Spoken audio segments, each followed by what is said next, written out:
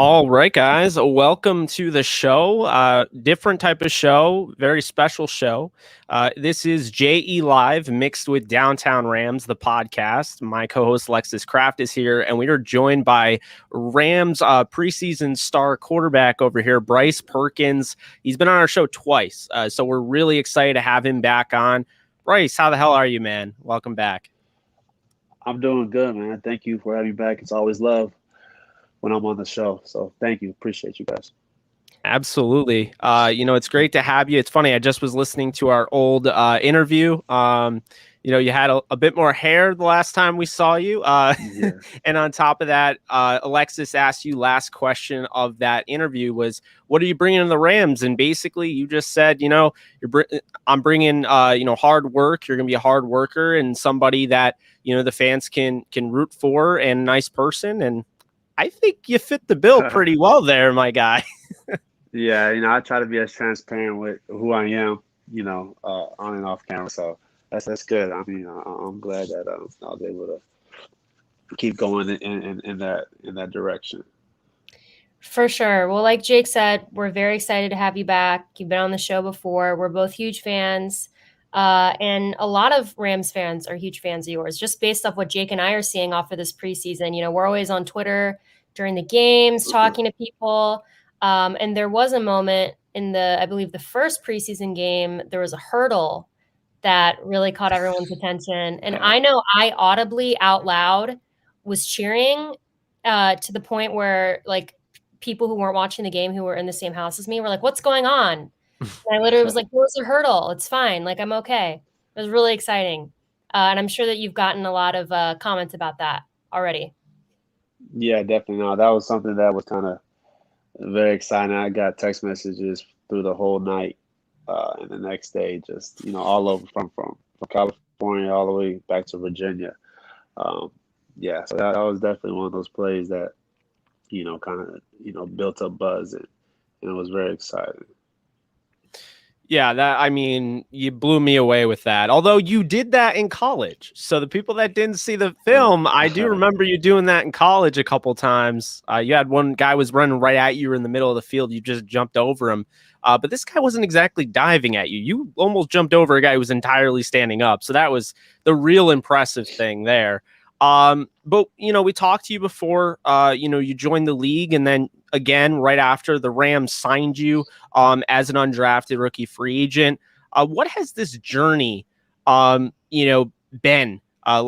doing all of everything, going through the process of last season, not having a preseason, and having to really make every single rep in practice and training camp and mini camp count, as to now where, you spent time on the practice squad last year. Now you're trying to make the 53 yet again. Yeah, I mean, last year was definitely a really patient game that I had to play. Without preseason, kind of just had to sit back and utilize the practice reps and the two scrimmages we had last year during August training camp to really kind of, sharpen what I need to sharpen and continue to grow. And then from there, throughout the season, it was really watching and seeing how last year was John and Jared, how they operated going into the games, the day before the game, how they prepared, just seeing small, fine details about how they prepare for everything and just trying to, look at it and be like, okay, this is a pro's pro. This is how you go about handling your business, and try to apply that to my everyday life. Even though I wasn't getting the reps, even though I wasn't playing the game, I would still go back home after practice and go through, what we talked about and go through the game plan and try to be as sharp, because coach does a great job of, even though you're not playing, asking you questions about the game plan. So I always wanted to be sharp on that, and just watching how they went about it really helped me for this year. And now that preseason happened and I was able to play in some games, I found myself doing a lot of those similar habits that they did throughout the season, which really helped, my game as well, because it allowed me to be more comfortable back there and play a lot faster and play looser and just go out there and make plays. Yeah, and speaking of, last year, there wasn't a preseason last year. So I'm curious about, from a player standpoint, what are the pros and cons of having a preseason versus not having a preseason? I assume it's a major difference, kind of in preparation for the season. Yeah, I mean, practice is good. There's something different, the different element about actually playing the game when there's fans or you're in the stands and other players from different teams have to try to tackle you and actually have to tackle you, opposed to, um, my first year we just scrimmaged ourselves and it was kind of just, it was good competition, but it is noticeably different when you get out there and you actually have to perform against guys that are really trying to take your head off. For guys like me trying to make the team and other guys, a lot of guys around the league, it's essential for us because we're not only trying to make the team, but we're also auditioning for 31 other teams out there, trying to, make our mark in the league that shows other teams that we can play and we belong here. And for guys that, kind of have solidified spots, it can get risky. As you've seen a couple of injuries throughout this preseason, the guys that were big time guys that were due for a breakout year.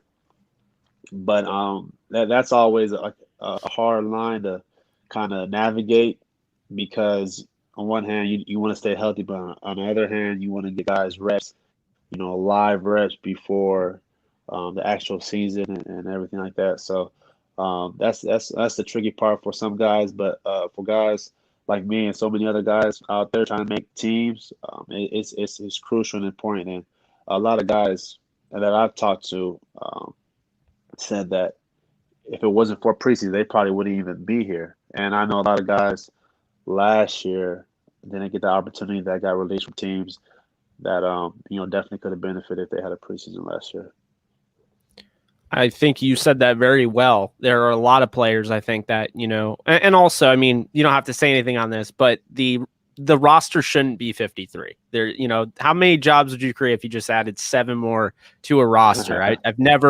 I've never liked the 53-man roster. I've never thought that was the greatest number ever. But look, you looked incredibly poised under pressure, and you were pressured a lot. You went up against Von Miller yesterday. I mean, a guy that's, been phenomenal in his career, going to be a Hall of Famer someday in all likelihood, with no prior NFL preseason before this year. And on top of that, very little to no scouting scout team work from what I was told. So how did you manage to keep yourself as locked in as you did? Because you looked like, as McVay would call it, a pro's pro.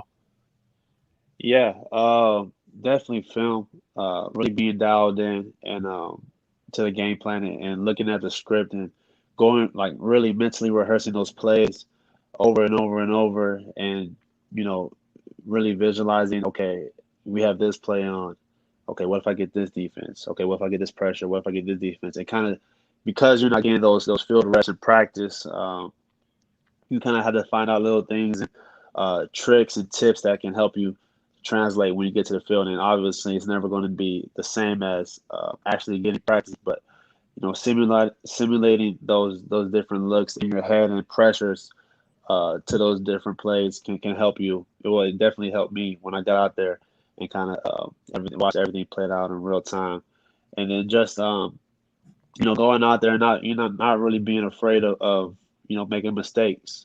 A lot of guys out there for the first time, just flying around and mistakes are going to come, and when you're not thinking about the mistakes, it definitely allows you to play faster and more efficient because you're just going out there. At the end of the day, it's football. You've been playing it your whole life. And when you start making the moment or like the game bigger than what it actually is, and that's when you kind of, the greater you think about the game, like the slower and at times the more critical impact it can have negatively on your game. So you kind of have to just go out there, have fun, and I definitely do a lot of breathing exercises before to kind of get my mind in a calm state that allows me to just go out there and have fun. Yeah, for sure. That's definitely helpful. That's something that I've done as well. Back when I used to play soccer was something that me and some of my teammates did. But Jake mentioned earlier Von Miller, and you played against a lot of really talented players in the 3 preseason games. Is there any one player, maybe a couple players that stood out to you as kind of giving you the biggest challenge and kind of giving you a hard time a little bit? I can't say one player because I can't even remember. Like, when I'm out there, everything's flying around. And I wasn't really too keen to who was out there. I mean, except for Von Miller, because he's, I think, probably the biggest name I played this preseason. So just always aware of where he was. But every team kind of just had some of the stuff that they did that made it challenging, and made me really have to figure out, okay, how I'm gonna get at this, or what to do, and it made me think and actually play the quarterback in the position in my mind. Pre-snap and trying to get things figured out, and then post-snap trying to get things figured out. So I can't say one player or one team in particular, but I do remember seeing Von Miller and close to me a couple of times, after the ball was gone. So he's a great player, and for us to go against the starting defense, the Broncos, for maybe 3 drives, I think that was really good for us, getting first team reps against the first team, and being able to move the ball at times, really showed just how locked in and as a group we were. Absolutely. And you developed definitely a noticeable rapport with Tutu Atwell, the second round rookie. And this is not to knock you, of course, because I feel like you did a great job of spreading the ball around to JJ Koski and Tristan Jackson and Jacob Harris here and Bryson Hopkins. By the way, when you throw to him, it makes it really hard. Bryson Hopkins and Bryce Perkins, man, the confusion there. But my point is basically you spread the ball around a lot. However, it was pretty obvious that you really did like throwing to Tutu Atwell. He was open. He was creating separation, what have you. What do you feel like he brings to the table for this team? And how do you feel, that connection came to be? Yeah, I mean, Tutu's a great player. I remember when we played Louisville, and he was eating us up my senior year, and everything like that. But he's so quick and fast that he creates separation so easily without even trying. So, like, throwing to him, you're going to have a 4 to 5 yard cushion, window a lot of times, just because how fast he is out of the breaks. And that's kind of how it was and consistent through OTAs too. You're just noticing how easily he got off, hands on, and how easily he separated from people. That makes it a lot easier. So you're not really tight on, ball placement. You trying to just throw it out there. And because he has so much space, he kind of adjusts how it needs to be and everything like that. So, that's definitely a quarterback's best friend. And also, his arms are really long. Like, he's not super tall, but his arms are lengthy. So his catch radius is also, very, very large for him being, that small. And so you combine those two, the speed and the arm length. That's a quarterback's best friend right there. For sure. And again, kind of back to like the preseason vibe, since there wasn't a preseason last year, just for you personally, is there anything that you feel that you've really improved on since preseason last year, since the fans didn't really get to watch games and compare what was going on last year to this season? Is there anything personally that you feel that you've really developed and are happy to see that you've improved at? Yeah, I feel like I'm seeing the field a lot better. Just noticing, when I'm back there, I feel like I know, I have a better understanding of what's going on. Last year, I was pretty solid at that, but I feel like I made a big jump this year, and we'll continue to make a jump and everything like that, regards to, post snap and pre snap, getting better at pressures, getting the line, in different directions that can prevent, a free runner in the face. But yeah, I think seeing the field, I really do. I feel like I did a great job of seeing the field and not putting the ball in jeopardy too many times and giving guys good opportunities to make plays. Now, Bryce, I have to ask you because everyone was wondering. Obviously Jalen took 5, so you didn't have 5 anymore. You went to 16. What made you choose Jared Goff's old number? I didn't choose. Oh, you didn't choose? No, yeah. So it was one of those things that he just told me, he said, "Hey, you changed the number to 16." And I was like, "Okay." I mean, Hey, it looks good, man. Yeah, it looks good. I mean, yeah. It wasn't that, I didn't have like a big consternation about it. I just, like I said, all right, I'm just happy to have a number, and we'll see from here. What happens if I decide to change it, or not. Maybe keep it. But could be worse. Belichick has his guys wearing 50s. You don't want to trot out number 50 out there. Yeah, man. And I remember and at UVA, we had some quarterbacks wearing 90s in the 90s and 30s, and yeah. So I mean, I guess you make the number that make you. So I put the number on, and I'm not even aware of the number when I put it on. I just go out there and play. So. But it did make it a lot easier for people that already had jerseys just to put Perkins on the back. I saw that a few times. That actually is true. That is very true. Very convenient. But you told us last time that we spoke that Kevin O'Connell was a big reason, as well as the system itself, that you decided to join the Rams. So now, joining, or I guess going into the second offseason, do you feel that you've solidified kind of that choice, that you made the right decision now that you've kind of been here a couple of seasons? Do you feel, that was the best decision for the time? Yeah, most definitely. I think regardless of what happens here in the next couple of days, my growth in the development is a huge part due to, Coach O'Connell. I told him after the game, I said, I don't grow unless I'm with you. So he did a great job of really developing me, and gave me things that I can take for here on out and apply those to my everyday practice, if I do end up somewhere else. But yeah, I mean, great coach, great person. And that's kind of what you're looking for as a QB coach, someone that's a good person, but also is knowledgeable and can coach you the right way. It's not just enough to know how, but how can you translate the teachings of how it should be done to somebody? And, he does a great job of translating that to me. It may be different from me to John, from John to Matthew. And he does a good job of, kind of getting it in terms and the best way that we understand. So, yeah, definitely the right choice.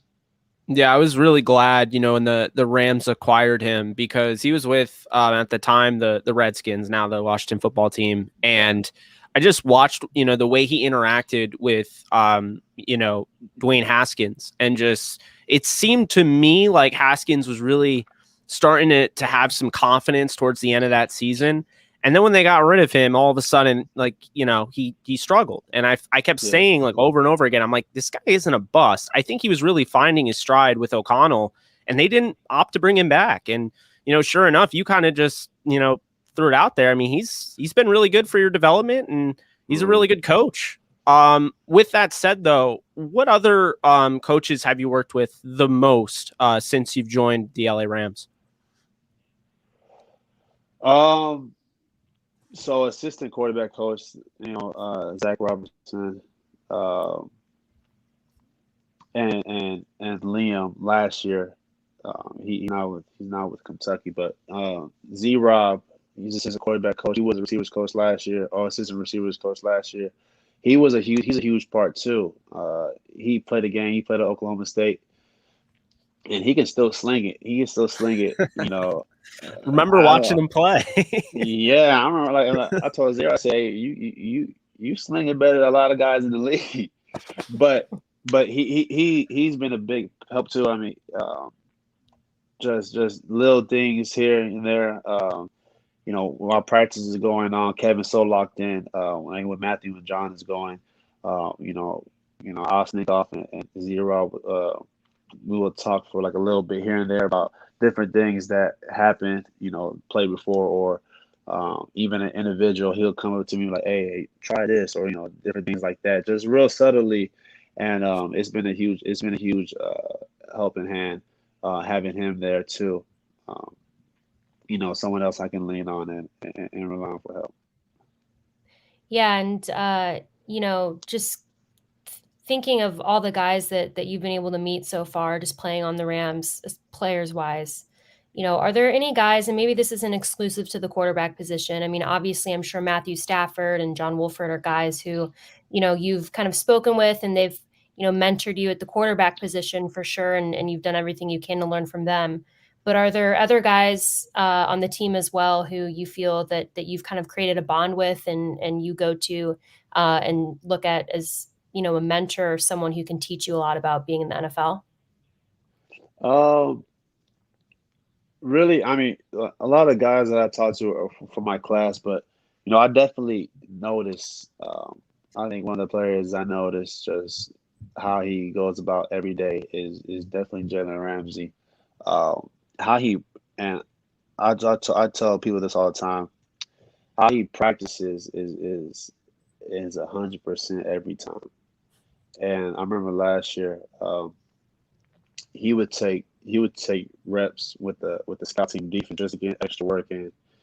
And a guy like that, as a young guy, you see that, okay, this is how you practice. This is why he is great. Like everything that it's not just he going out there in game day. He's smart as a whip, and he puts in the effort, in the little details in practice, and he takes it serious. I mean, he's upset, when something bad happens in practice, but just watching him, and just seeing the huge difference, saying, okay, like who he is, and why he's a top corner, and you just look at his practice habits and say, okay, that is exactly why. So, you know, that definitely puts in perspective of who you have to be and what you have to become in order to be who you want to be.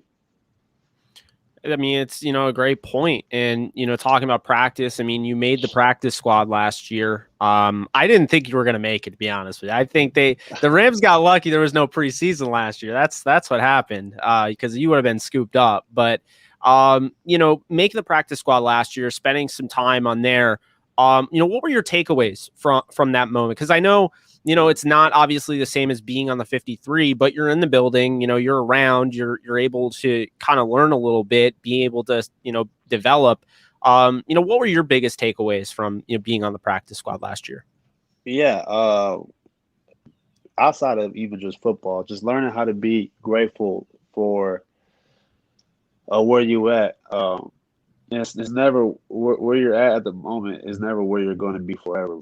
So you just have to find kind of a moment of gratitude in the little things that you do, because it can always be worse. And as players, we want to play, we want to be out there, we want to be the guy. A lot of guys come from college who was a star coming to the NFL and maybe not be the star.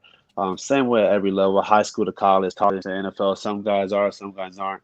And 16 weeks is a long time, and really, just finding your happiness in the sport every day, finding gratitude in the little things, at the same time trying to doing everything to keep your skills sharpened, because you can sit around and complain about where you're at the moment, but that's not doing anything to help your situation.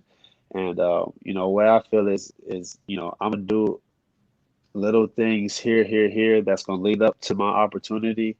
I'm gonna be happy, be grateful, be happy for other guys when they make their plays, because we're all gonna get our opportunity, whether it be in preseason, whether it be in a practice, a scout team rep where you make a big play and now coaches are looking at you like, okay, maybe we need this guy on the field. One way or another, your opportunity is going to come, and when you're in a state of mind of actually really being happy and really loving just the whole process, when the opportunity comes, it's going to be it's going to be your time, and you're going to seize the moment. So definitely, man, patience and gratitude in everything that I do. For sure. You know, and kind of in closing, I think there's a little under 48 hours now until the 53-man rosters are announced for the entire league. So just kind of, you know, approaching that deadline. You kind of just hinted at it there, but is there any kind of final thoughts that you have now that preseason's over? I'm sure you're very excited for the season to start, you know, anxious to see what that might bring. But, you know, just kind of what's your mindset going into these next 48 hours? Man, love the process, and know whatever happens, you know, not only me, but like you'll be able to handle that situation accordingly. Don't think too much about it right now. You know, when it comes, figure out what you need to do, figure out, you know, all right, what's the next steps from here, and move forward from there.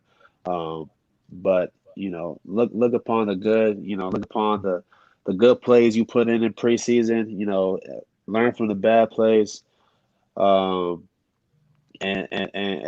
seek to become a better player. That's what I'm doing. You know, I'm still learning, and I look at this preseason as things that, you know, recognizable things that I need to get better at, that I will get better at, and you know, from there on, we'll see what happens, and everything like that. So, yeah. Well, regardless of what happens, whether you're on the Rams 53, the Rams practice squad, or another team, we're a fan of yours, and we're going to keep rooting for you no matter what. You know, big fans of your game, but, you know, big fan of you as a person. And just the fact that you've come on our show now 3 times, which I think ties the most of any player that we've had on here. Maybe you actually are the longest. I don't know. I'll have to check that. But, you know, we really do appreciate it, Bryce, to see you, you know, yesterday in Denver playing against Von Miller, and to have you on the show the next day is just, it's surreal, honestly, for us. So, you know, we really do appreciate it. And, you know, it's not something that we take lightly. We know how busy you are. We know what you're doing. So, you know, again, it truly means a lot that you wanted to come on tonight. Thank y'all for having me. Always, it's love. Absolutely. So that's going to wrap it up. Guys, thank you so much for joining us. For Jake Ellenbogen, Alexis Kraft, and Bryce Perkins, this has been the Downtown Rams and JE Live show. And we'll see you guys soon.